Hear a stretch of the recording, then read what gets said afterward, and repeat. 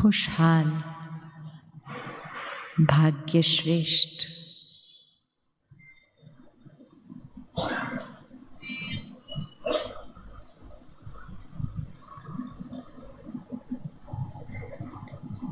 ओम शांति। किस किस ने मन में दोहराया इन संकल्पों को? हाथ उठाओ।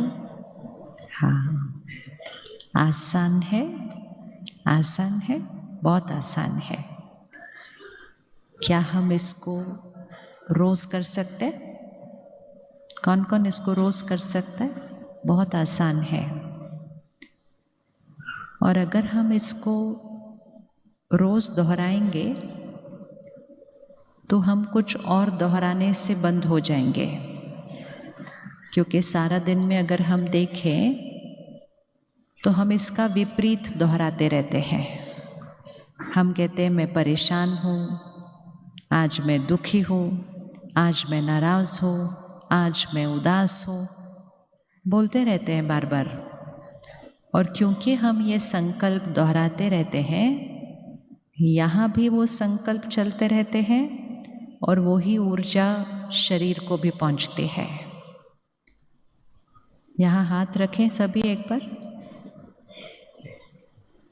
क्यों हम यहाँ तिलक लगाते हैं ऐसा? और जब तिलक लगाते हैं तो ऐसा दबाते हैं उस पॉइंट को, है ना? मंदिर में भी जाते हैं तो पहले तिलक लगाते हैं। अगले हफ्ते रक्षाबंधन सेलिब्रेट करेंगे तो पहले तिलक लगाएंगे, फिर राखी बांधेंगे। भाग्य की भी जब बात होती है तो यहाँ बात होती है, कहते मेरे भाग्य में क्या है। तो यहाँ कुछ बहुत बड़ी शक्ति है और यहाँ से हमारे संकल्प, हमारी सोच चलती रहती है। एक दिन के अंदर, एक घंटे के अंदर हम हजारों हजारों हजारों सोच क्रिएट कर लेते हैं। चलता जाता है, चलता जाता है, चलता जाता है। आज हम ये देखें एक बार कि मेरी हर सोच का क्या क्या असर पड़ता है। सपोज हमने एक संकल्प किया, आज का दिन बहुत सुंदर था। एक संकल्प है, राइट? आज का दिन बहुत अच्छा बीता, एक संकल्प। जैसे ही मैंने ये एक संकल्प बोला, सबसे पहले कहाँ अच्छा लगेगा?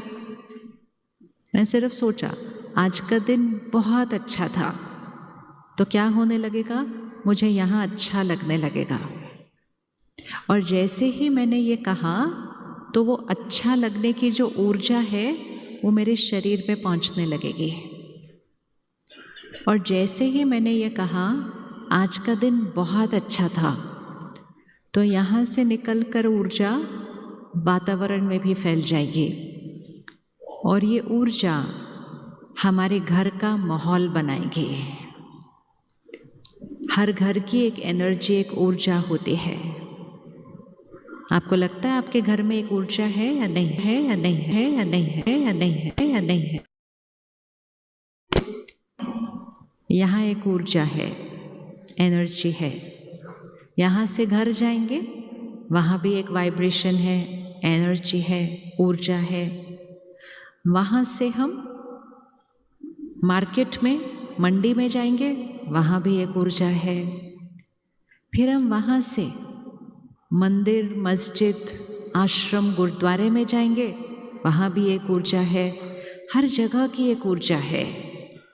लेकिन वो ऊर्जा बनाने वाला कौन? कौन बनाता है? कौन बनाता है? बोलो बोलो, आप बताओ आंसर। कौन बनाता है? हम बनाते हैं।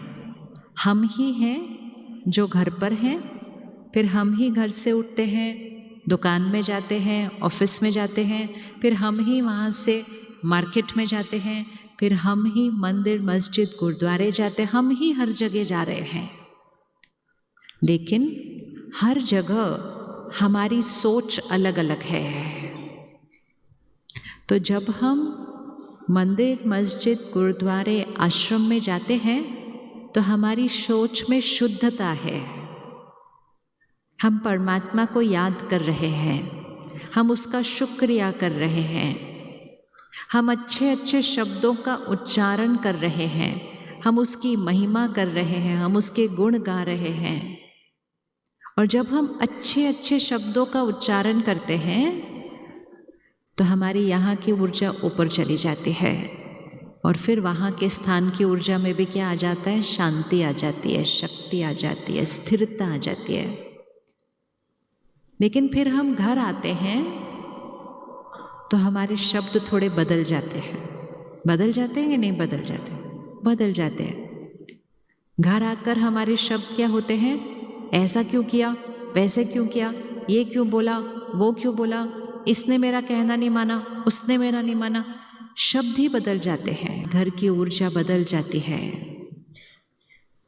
और उसी घर में बच्चे रहते हैं, उसी घर में पोषण, पढ़ाई वो सब देते हैं, लेकिन हम उनको किस तरह की ऊर्जा देते हैं, उससे उनकी मन की स्थिति का विकास होता है, उससे उनके संस्कार बनते हैं। दुनिया में लोगों को ये लगता है कि जितना बड़ा हमारा घर होगा उतने ज़्यादा हम खुश होंगे। फिर लगता है हमारे घर में जितना अच्छा अच्छा सामान होगा उतने हम खुश होंगे। लेकिन वास्तविकता ये है कि खुशी मकान के छोटे या बड़े होने से नहीं, खुशी समान होने या न होने से नहीं, खुशी का आधार है उस घर में ऊर्जा कैसी है, उसकी एनर्जी कैसी है। शांति है, स्थिरता है, तो उस घर का हर मन शक्तिशाली है। लेकिन मेरे पास बड़ा मकान है, सब सामान है, आराम है, आराम है, लेकिन अगर मन में हलचल है, अशांति है, तो वही घर में फैलती रहती है। और जब वही घर में फैल रही है तो हम बड़े मकान में रहकर भी खुश नहीं हैं, क्योंकि वहाँ की ऊर्जा में अशांति है, हलचल है। तो सबसे बड़ी भ्रांति जो है वो ये है कि खुशी पैसों से खरीदी जा सकती है।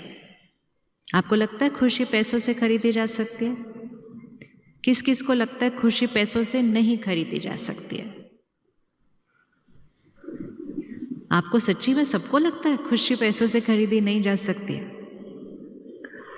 सारा दिन जो हम इतनी मेहनत कर रहे हैं ना, कोई कहे आप इतनी मेहनत क्यों करते हो, ठीक से खाओ, ठीक से सो, तो नहीं मुझे बहुत कमाना है, बहुत कमाना है, बहुत कमाना है। बहुत कमाना तो बहुत अच्छा होता है, लेकिन जब उनसे ये पूछते हैं कि इतना क्यों कमाना है, तो वो ये नहीं कहते कि मुझे अपने परिवार को आराम देना है, वो कहते हैं मुझे अपने परिवार को खुशी देनी है। एक ही शब्द में सब कुछ बदल जाता है। तो हमें बहुत क्लियर होना चाहिए, पैसों से क्या खरीदा जा सकता है, क्या नहीं खरीदा जा सकता है। ठीक है, आप क्लियर हैं पैसों से क्या खरीदा जा सकता है, क्या नहीं खरीदा जा सकता है? ठीक है, मैं कुछ कुछ शब्द बोलती जाऊंगी। अगर आपको लगता है वो पैसों से खरीदा जा सकता है, आप अपना हाथ ऊपर करना, और अगर आपको लगता है वो पैसों से नहीं खरीदा जा सकता है तो आप हाथ नीचे रखना। रेडी? रेडी? हाथ उठाओ। रेडी? ठीक है, एक दूसरे का हाथ नहीं देखना बिल्कुल। हमारे सारे आंसर राइट होते हैं, किसी का आंसर गलत नहीं होता यहाँ पर। अगर वो चीज़ पैसों से खरीदी जा सकती है तो हम हाथ ऊपर करेंगे, अगर वो चीज़ पैसों से नहीं खरीदी जा सकती है तो हम हाथ को नीचे रखेंगे।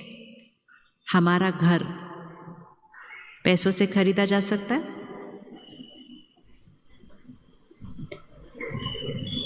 हमारे साइकिल, स्कूटर, गाड़ी पैसों से खरीदी जा सकती है?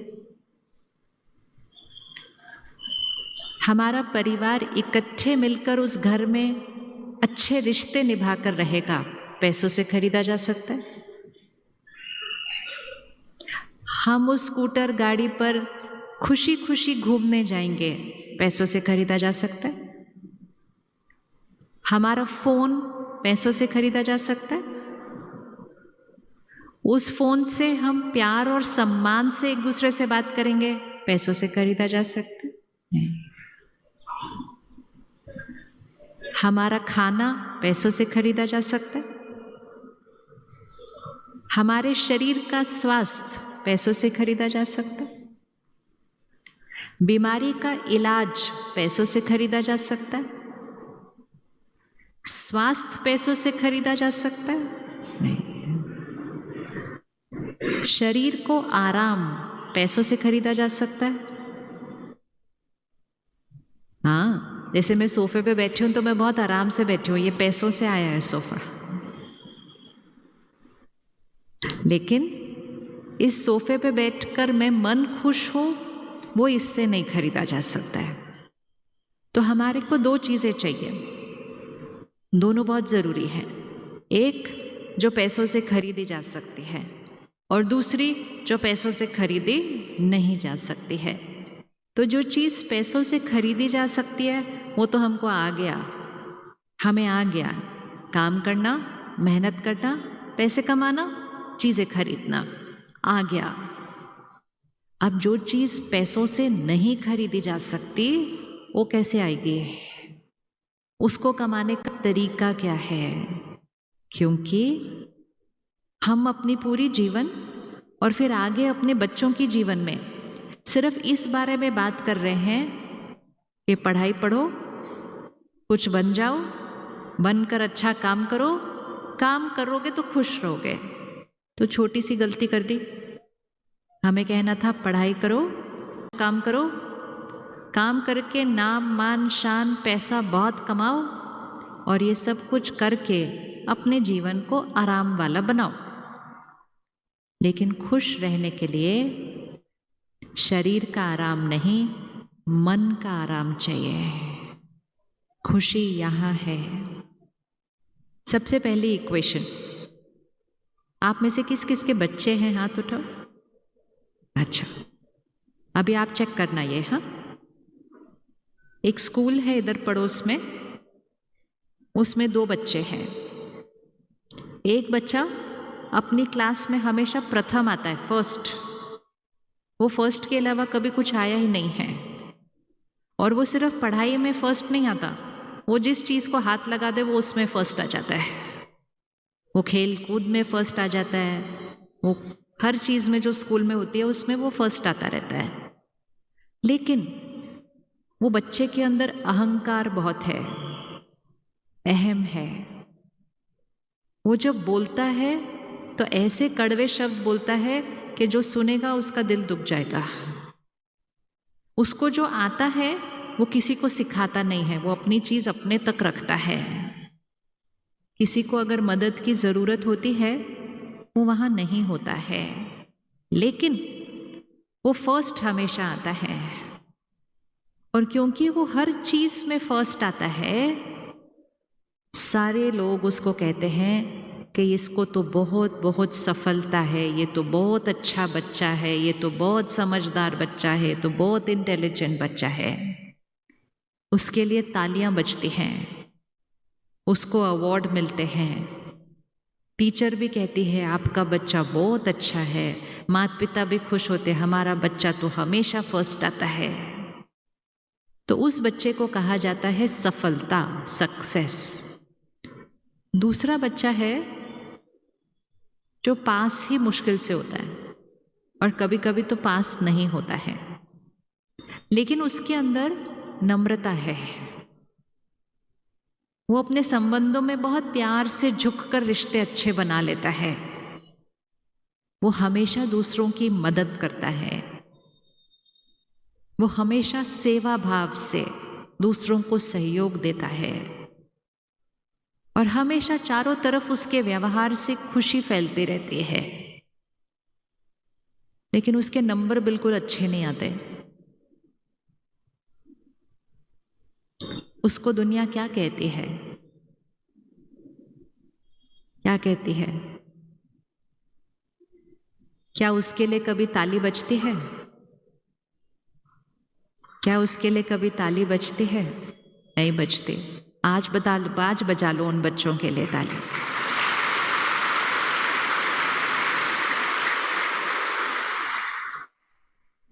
उसके लिए हर एक कहता है इसका क्या होगा, ये तो पास ही नहीं होता, ये क्या करेगा बड़ा होके, इसका तो कुछ भी नहीं हो सकता।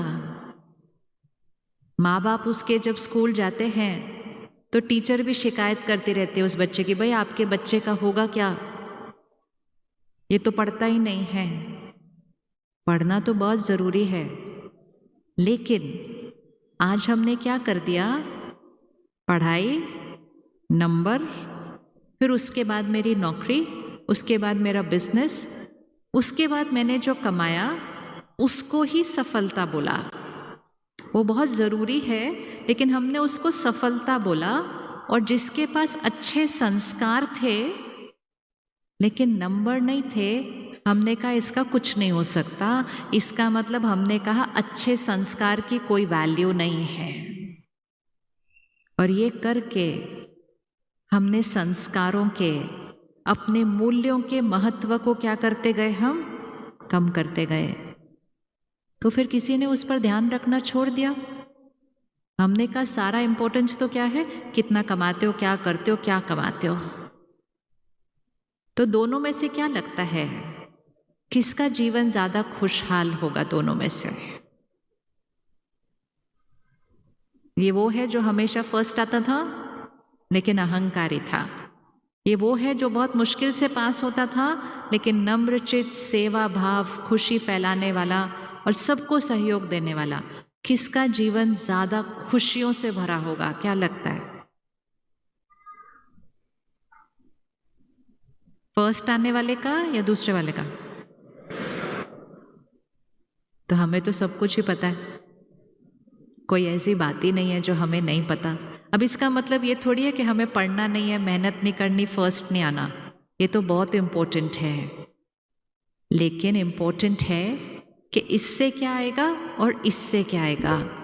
और इम्पोर्टेंट है हम दोनों को मिलाकर चलें तो हम मैजिक क्रिएट करेंगे अपने जीवन के अंदर। लेकिन दो चीजों में ध्यान रखिएगा, एक होता है आत्मा के संस्कार और दूसरी होती है बुद्धि की क्षमता। ठीक है, हर बच्चा फर्स्ट नहीं आ सकता, हर बच्चे की उतनी क्षमता नहीं होती है।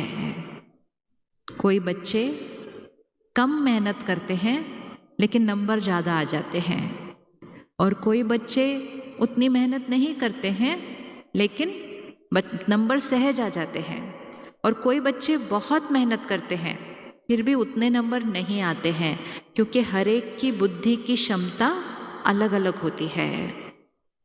तो हर बच्चा फर्स्ट आए ये संभव नहीं है। मेहनत करके वो अपनी क्षमता से ज्यादा नंबर ला सकता है, लेकिन हर बच्चा नम्रचित हो, दूसरों दूसरों दूसरों दूसरों दूसरों प्यार और दुआ, किसी भी परिस्थिति में वो शांत और स्थिर रहे, ये हर बच्चा कर सकता है। क्योंकि संस्कारों की कोई क्षमता नहीं होती है, संस्कार आत्मा के संस्कार हैं, वो हर बच्चे में हो सकते हैं। और जैसे ही, अब इसको देखना, ये मेरी बुद्धि की क्षमता है और ये मेरे संस्कार और मूल्य हैं।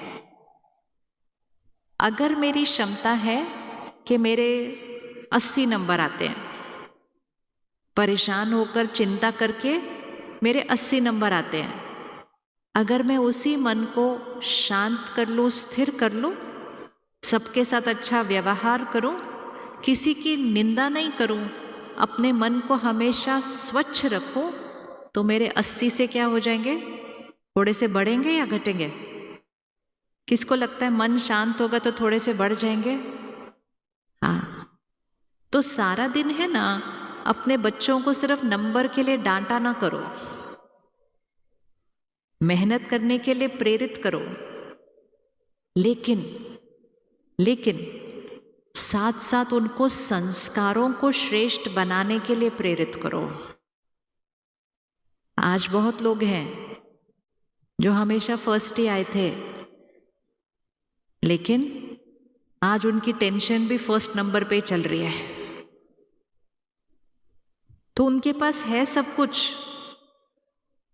कुछ जो पैसे से खरीदा जा सकता है, लेकिन क्योंकि उनको बचपन से नहीं सिखाया गया और अभी भी उनके पास सीखने का टाइम नहीं है कि इसकी शक्ति को कैसे बढ़ाएं, तो उनके पास वो सब कुछ है जो पैसों से खरीदा जा सकता है, और वो सारी चीज़ें जो पैसों से खरीदी नहीं जा सकती, उसके लिए वो मांग रहे हैं कि मुझे खुशी चाहिए, मुझे शांति चाहिए। तो जिसको जीवन में सफल होना है उसको दोनों चीज़ें होनी चाहिए, जो चीज़ पैसों से खरीदी जा सकती है और जो चीज़ पैसों से नहीं खरीदी जा सकती। लेकिन एक सिद्धांत पक्का है, एक सिद्धांत पक्का है, और वो आप चेक करना आपको राइट लगता है कि नहीं। मेरे पास सामान ज्यादा हो जरूरी नहीं मैं खुश हूं, लेकिन अगर मेरे संस्कार श्रेष्ठ हैं और सामान कम भी हो तो भी मैं आत्मा भरपूर हूं। ये तो पक्की बात है, ये तो पक्की बात है, क्योंकि मेरे पास संतुष्टता है। तो दोनों में से किस पर मेहनत थोड़ी ज्यादा करनी चाहिए? किस पर मेहनत करनी चाहिए थोड़ी? संस्कारों पर, सोच पर, व्यवहार पर, मूल्यों पर। और वो हम अपने बच्चों को तब सिखा पाएंगे जब उसको हमने अपने जीवन में सबसे ज्यादा महत्व दिया होगा। और जब हम उनके मन को शक्तिशाली बनाएंगे तो उनके जितने नंबर थे वो ऑटोमेटिकली बढ़ जाएंगे, क्योंकि शक्ति से मन की एकाग्रता बढ़ती है, और जब मन की एकाग्रता बढ़ती है तो क्षमता तो अपने आप बढ़ जाएगी। कौन कौन अपने बच्चों को रोज डांटते रहते हैं, पढ़ो पढ़ो पढ़ो पढ़ो पढ़ो, तुम्हारा क्या होगा, तुम्हारा क्या होगा, तुम्हारा क्या होगा? कौन कौन रोज बोलता है? एक बार हाथ उठा लो, ऐसे नहीं हो सकता आप में से कोई भी नहीं बोलता। अच्छा, आंख बंद करो, 1 मिनट आंख बंद करो और अपने बच्चे को सामने लेकर आओ और उसकी 3 अच्छे, जो उसके सबसे अच्छे संस्कार हैं, उसके 3 वो अपने सामने लेकर आओ। 3 विशेषताएं, 3 ऐसे संस्कार जो उस आत्मा की शक्ति है, जिसके साथ वो जब जो करेगा उसको सफलता निश्चित है। 3 संस्कार।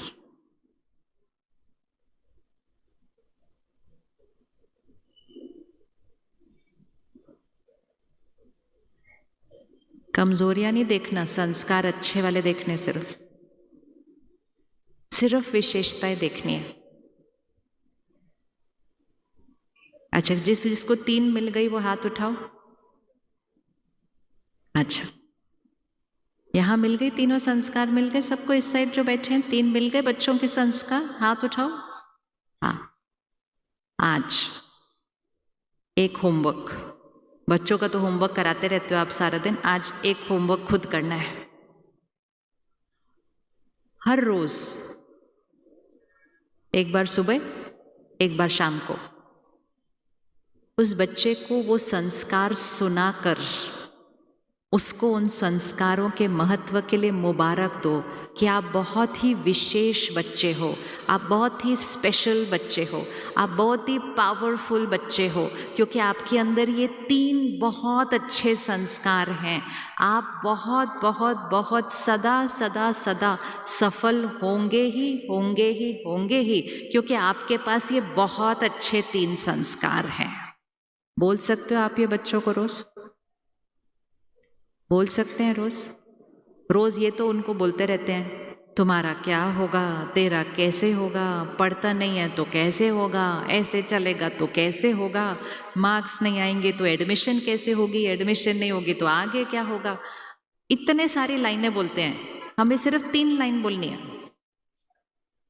अब क्या होगा, जैसे ही आप उसके वो अच्छे संस्कारों को रोज दोहराएंगे, पहली बात आपके अंदर पक्का हो जाएगा कि मेरा बच्चा बहुत स्पेशल है। दूसरा, आप उसको वो 3 संस्कार दोहराते हुए आप अपने बच्चे को शक्ति और दुआएं दे रहे हैं। और जब आप उसको हर रोज शक्ति और दुआएं रोज देंगे, उस बच्चे की जो मन की शक्ति है वो क्या हो जाएगी? क्या हो जाएगी? बढ़ेगी। 1 मिनट हाथ ऐसे रखें सभी जो मम्मी पापा हैं। हाँ, अभी आप बताना, हाँ, हाथ किस डायरेक्शन में जाता है। जब हम उनको ये कहते हैं क्या होगा, कैसे होगा, तू देख ले तेरा कुछ नहीं होगा, नहीं तो ऐसे करेगा तो मन की शक्ति यहाँ है और हमारे इतने अच्छे अच्छे शब्द सुनकर वो ऊपर जाएगी नीचे जाएगी? ऊपर जाएगी नीचे जाएगी? नीचे जाएगी। और जब हम उसको बोलेंगे आप बहुत स्पेशल बच्चा हो, आपके अंदर ये 3 अच्छे संस्कार हैं और ये 3 संस्कारों से तो आप दुनिया में जो करना चाहो आप कर लो, सफलता तो आपके पीछे पीछे चलेगी। तो मन की शक्ति कहाँ जाएगी? ऊपर जाएगी। तो जब हमें पता है तो हम खुद ही उनकी मन की शक्ति को नीचे क्यों करते हैं? हमें उनकी मन की शक्ति को ऊपर करना है ना। करना है या नहीं करना? क्योंकि अगर आपने उनकी मन की शक्ति को ऊपर कर दिया तो पक्की बात है उनके 5 नंबर एक्स्ट्रा तो वैसे ही आ जाएंगे अगली बार। लेकिन रोज उनको ऐसे ऐसे बोलकर अगर उनकी मन की शक्ति को नीचे किया तो आपके शब्दों की वजह से उनके 5 नंबर कम हो जाएंगे, क्योंकि उन्होंने परीक्षा यहां से देनी है। और यहां की शक्ति को बढ़ाना घटाना ये हमारे पास पावर है। दुआएं दो। सपोज कभी आपका पड़ोसी या कोई और रिश्तेदार आकर आपको कहे पता नहीं आपके बच्चे का क्या होगा, सिर्फ इसको सामने लाओ सीन को। आसपास के लोग आकर आपको बोलते हैं आपके बच्चे का कुछ नहीं हो सकता, आप बोलने देंगे उनको ऐसा?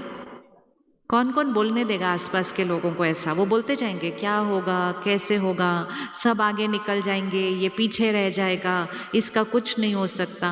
आप बोलने देंगे लोगों को ऐसा? कौन कौन रोकेगा उन लोगों को ऐसा बोलने? मुबारक हो, आज से अपने आप को रोक दो ऐसा बोलने से, तो उसकी शक्ति बढ़ जाएगी। रोको। हम ऐसा नहीं बोल सकते, हम ऐसा किसी भी आत्मा के लिए नहीं बोल सकते हैं। हम ऐसा ना उनके लिए बोल सकते, ना हम खुद के लिए बोल सकते मेरा क्या होगा। क्योंकि मेरा हर शब्द, चाहे वो मन में है चाहे शब्दों में वाणी में है, मेरा हर शब्द मन की शक्ति को या तो बढ़ाता है और मेरा हर शब्द गलत हो तो मन की शक्ति को घटाता है। आज हमारे पास नंबर 5 कम आ भी जाएं, लेकिन शक्ति इतनी होगी कि उसी परिस्थिति को पार करके कुछ कमाल करके दिखा देंगे। लेकिन हमारे पास सब कुछ आ जाए और शक्ति कम होगी तो हमें पता नहीं चलेगा करना क्या है, खड़ी होती है। और अगर किसी कारणवश उनको कॉलेज में नहीं मिला, किसी कारणवश उनको जो बनना था वो वहां नहीं बन पाए, तो वो मन से हताश हो जाते हैं, वो मन से हार जाते हैं, वो मन से इतना निराश हो जाते हैं कि उनके अंदर तो कभी कभी ये भी संकल्प चलता है कि मुझे जीना ही नहीं है। क्यों? बाहर की पढ़ाई में तो कर लिया, लेकिन यहाँ की शक्ति घर में किसी ने नहीं बढ़ाई उनकी। इसलिए नंबर बहुत इंपॉर्टेंट है, लेकिन नंबर से ज्यादा इंपॉर्टेंट क्या है? क्या ज्यादा इंपॉर्टेंट है? बोलिए। शक्ति, मन की शक्ति ज्यादा इंपॉर्टेंट है। और मन की शक्ति को बढ़ाने के लिए घर में वो शक्ति होनी चाहिए। और वो घर की ऊर्जा, वो घर की शक्ति किससे बनती है? हमारे शब्दों से। किस किस को लगता है कि पौधों पर हमारी शक्ति का असर पड़ता है? आपने कभी देखा है पौधों पर असर पड़ता है? Oh very good. किसने अनुभव किया है? सिर्फ सुना नहीं है, अनुभव किया है। हमारा गुजरात में एक सेंटर है, तो एक बार उस सेंटर पर गए थे तो वो बहन ने एक बहुत अच्छी बात सुनाई। तो उनका सेंटर के जस्ट बाहर एक आम का पेड़ है और उस आम के पेड़ पर बहुत फल लगता था रोज हर साल। लेकिन वो बहनें, 2 ही बहनें थी छोटी उस सेंटर पर, और वो आम के पेड़ पर बहुत फल लगता था। तो वो बहन कहती है, हम हर बार बोलते थे इतना फल लगता है, अब इसको कौन संभाले, किधर पैक करो, किधर भरो, बहुत मुश्किल है, फिर इधर भेजो उधर भेजो, हमारा काम बहुत बढ़ जाता है। फल तो बहुत अच्छा लग रहा था, लेकिन वो फल लगने से बहनों का काम बहुत बढ़ गया था उधर। तो बहुत नेचुरल रूप से उन्होंने कहा कि बहुत काम बढ़ जाता है, ये फल इतना आ जाता है, इसको संभालो भेजो बार बार। इतना बोलते थे कि अगले साल उस पेड़ पर फल लगना बंद हो गया, फल लगा ही नहीं। उनको लगा पता नहीं क्या हुआ वृक्ष को, चलो अगले साल लग जाएगा। उसके अगले साल फिर उस वृक्ष पर फल नहीं लगा। तो फिर उन्होंने क्या किया, उसके अगले साल से पहले, सीजन से पहले, उन्होंने उस वृक्ष के पास बैठकर मेडिटेशन किया। जो मेडिटेशन सेंटर के अंदर बैठकर करते हैं वही उन्होंने वृक्ष के पास बैठकर किया। जो आज भी इस ईश्वरीय विश्वविद्यालय में एक बहुत बड़ा प्रोजेक्ट है जिसको कहते योगी खेती, मतलब खेतों में जाकर योग करना। और जब उन्होंने वृक्ष के आसपास बैठकर बहुत श्रेष्ठ संकल्प, परमात्मा के याद की शक्ति, वो सब किया, अगले साल उस वृक्ष पर फल आ गया। ये होता है हमारे संकल्पों का प्रकृति पर असर। ये तो बहुत बड़ा वृक्ष है, आप अपने घर पे पौधों पे करके देख लेना। 2 पौधे हैं, दोनों को हम रोज पानी देते हैं, लेकिन एक को पानी ये बोलकर दो, क्या मुसीबत है, इतना काम करो, इसको पानी भी दो, सारे काम मुझे ही करने पड़ते हैं, कोई और मदद नहीं करता है, और ऐसे करते करते पानी दो। और दूसरे पौधे को बहुत प्यार से उसके साथ बात करते हुए, उसको थोड़ा सा प्यार से ऐसे ऐसे करते हुए फिर उसको पानी दो। तो आपको लगता है दोनों पौधों में कोई फर्क होगा या नहीं होगा? किस किस को लगता है फर्क होगा? हाँ, तो अगर पौधों में इतना फर्क हो सकता है तो बच्चों में कितना फर्क होगा, बच्चों में कितना फर्क होगा। तो इसलिए मेहनत करते हैं, उनका अच्छा चाहते हैं, हमारा इंटेंशन बहुत अच्छा है कि उनका बहुत अच्छा होना चाहिए, लेकिन उनका अच्छा हो उसके लिए हमारी तरफ से उनके लिए अच्छे शब्द जाने चाहिए। हमारी ऊर्जा उनके लिए चिंता की नहीं हो सकती, हमारी ऊर्जा उनके लिए निंदा की नहीं हो सकती, हमारी ऊर्जा उनके लिए फेलियर की, असफलता की नहीं हो सकती कि तुम्हारा क्या होगा, तुम कुछ नहीं बनोगे। ऐसे शब्द भी स्वप्न में भी नहीं आने चाहिए, स्वप्न में भी नहीं। इवन अगर आपका बच्चा पास नहीं हुआ, उसको तो बोलना है पढ़ने के लिए, लेकिन मन में संकल्प कर लेना, कोई बात नहीं, अगली बार तो इससे कई गुना ज्यादा आएगा, दुआ दो, पौधे को ऊपर कर लो वापस। लेकिन अगर उल्टे शब्द बोले तो उगता हुआ पौधा भी क्या होने लगता है। तो आज सब कुछ है, लेकिन चेहरे पे मायूसी होती है। छोटी छोटी बातों में मुझे नहीं जीना, मेरे से नहीं होता, ये सब क्या है बच्चों के अंदर? शक्ति की कमी। तो जिम्मेवारी किस पर है? किस पर है जिम्मेवारी उनको शक्तिशाली बनाने की? हाथ रखो, किस पर है वो जिम्मेवारी? तो आप अपनी जिम्मेवारी निभाने के लिए रेडी है? यस, रेडी है? हाँ, उसके लिए सिर्फ एक ही चीज करनी है, एक विधि सीखनी है, और वो विधि बहुत आसान है। और वो विधि ये है कि चाहे कुछ भी हो जाए, हमारा जो हर एक संकल्प है, हमारे जो हर एक बोल है, वो ऐसे होने चाहिए, जिसको हम कहते हैं दुआ होनी चाहिए, दुआ होनी चाहिए।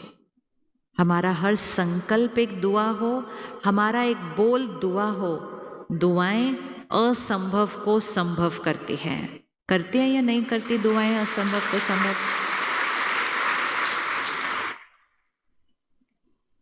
थोड़े दिन पहले हमारे पास आश्रम पे एक भाई आए, कहता मैं पैदा ही एक बीमारी के साथ हुआ था, तो उसके जो हाथ पांव थे वो थोड़े ठीक से नहीं बन रहे थे, तो डॉक्टर ने कहा था कि ये ज़्यादा समय नहीं है उसके पास, ये नहीं ठीक हो सकता है। मेडिकल साइंस है कि वो बीमारी ठीक नहीं हो सकती है। कहता है सबने स्वीकार कर लिया, वो 3 साल का बच्चा था तब। कहता सबने स्वीकार कर लिया कि ये बीमारी ठीक नहीं हो सकती है, और ये दिन ब दिन क्या होगा, ये हाथ पैर और ही क्या होते जाएंगे, कमज़ोर होते जाएंगे।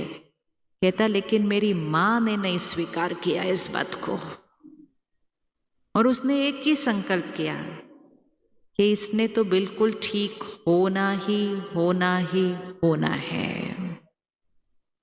डॉक्टर ने कहा कुछ नहीं हो सकता, वो ये बोलते गए, वो माँ अपना करती गई, और कहा कि दिन में पता नहीं 10-12 बार वो मेरे अंग को मालिश करती रहती थी, लेकिन मालिश करते हुए शब्द बोलती जाती थी। आज वो हमारे देश का एक बहुत बड़ा नाम है वो भाई,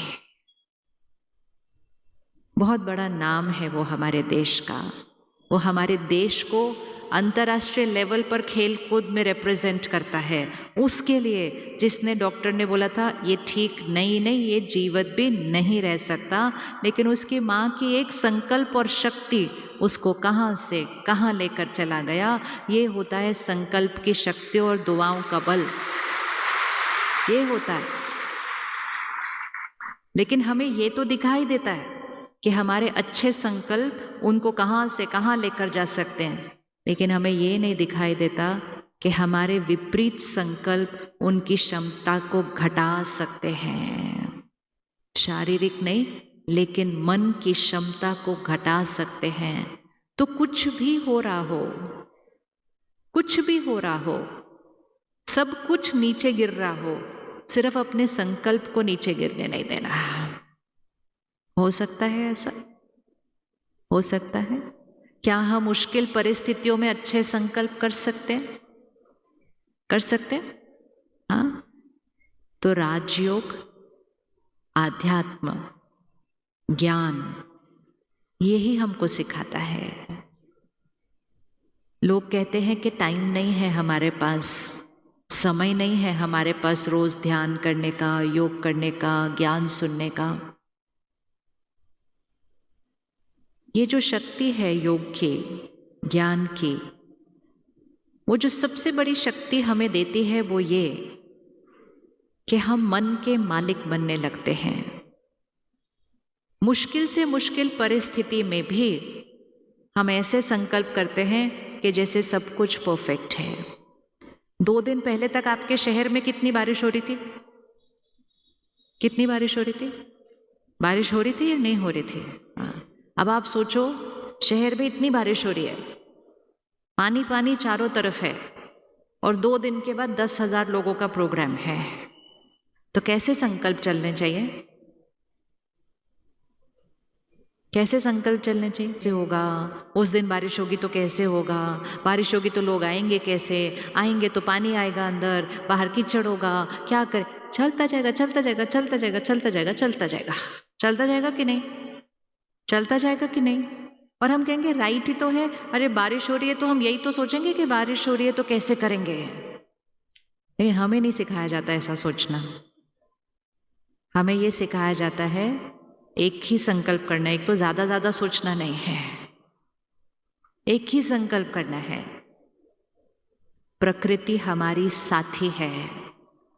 भगवान अगर हमारा साथी है तो प्रकृति भी साथ में ही आएंगी उसके। तो भगवान हमारा साथी है, प्रकृति हमारी साथी है। हमें निश्चित है कि वो प्रोग्राम निर्विघ्न पूरा होगा, ये हमें संपूर्ण निश्चय है, एक भी डाउट नहीं उसके अंदर, थॉट के अंदर। और एक संकल्प किया और फुल स्टॉप कर दिया, ऐसा नहीं कि उसको बार बार बोलना पड़ता है। जो हमारा नेगेटिव चिंतन होता है ना, वो बहुत सारा चलता है, और फिर वो सिर्फ यहाँ नहीं चलता। फिर हमें कोई मिलता है तो हम उनको बोलते हैं क्या होगा, बारिश होगी तो क्या होगा, ऐसा होगा तो कैसे होगा, इतने लोगों को बुलाया कैसे। तो हमें पता ही नहीं चलता हम कितनी बार उन शब्दों को दोहराते रहते हैं। अब हो सकता है उस दिन बारिश हो सकता है उस दिन बारिश नहीं हो, लेकिन इम्पोर्टेंट है कि 15 दिन से ऐसा सोच सोच के बोल बोल के अपनी शक्ति को तो पक्का घटा लेते हैं। घटाते हैं या नहीं घटाते? और जब हम विपरीत करते हैं कि नहीं, ये भगवान की सेवा है, सबने एक बहुत अच्छे संकल्प से इसको किया है, प्रकृति हमारी साथी है, सब कुछ निर्विघ्न होना ही होना है, तो सबसे पहली चीज जो बच जाती है, मन की स्थिति। मन की स्थिति। और अगर कोई भी संकल्प दृढ़ता से किया जाए और दृढ़ता से उसको पकड़ा जाए, चाहे कुछ भी आपको आसपास दिखा रहा हो, आप उसको अगर पकड़ के रखेंगे तो आप असंभव को संभव अपने जीवन में कर सकते हैं, जैसे उस माँ ने अपने बच्चे के जीवन में कर दिया।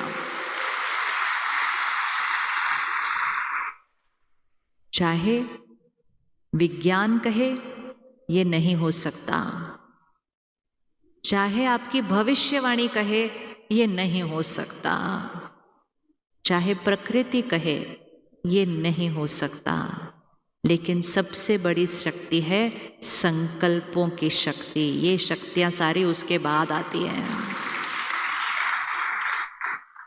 इसीलिए जीवन में अपने बच्चों को कुछ दे सके, सब कुछ नहीं दे सकते, हम सबके पास कुछ शक्तियां हैं, कुछ कमियां हैं, लेकिन एक चीज उन बच्चों को जरूर देना है, और उनको देने के लिए वो अपने अंदर पहले लाना है, और वो ये है, कोई भी परिस्थिति आ जाए और कोई भी परिस्थिति आ जाए, संकल्प हमेशा श्रेष्ठ होना चाहिए, और संकल्प की शक्ति से असंभव को संभव करेंगे। ये शक्ति उनको सिखानी है, क्योंकि अभी जो समय चल रहा है और कोविड के बाद, क्योंकि कोविड में क्या हुआ, कोविड का वायरस तो था ही चारों तरफ, लेकिन एक और वायरस चारों तरफ फैला हुआ था, और वो वायरस था डर और चिंता का। और वो सिर्फ एक शहर में, एक देश में नहीं था, वो पूरी सृष्टि पर, पूरी दुनिया पर फैला हुआ था। और जब करोड़ों लोग इतना डर और चिंता 2 साल के लिए करते हैं, तो हवा में सिर्फ कोविड नहीं, हवा में डर और चिंता फैल जाता है। कोविड का तो वैक्सीन आ गया, डर और चिंता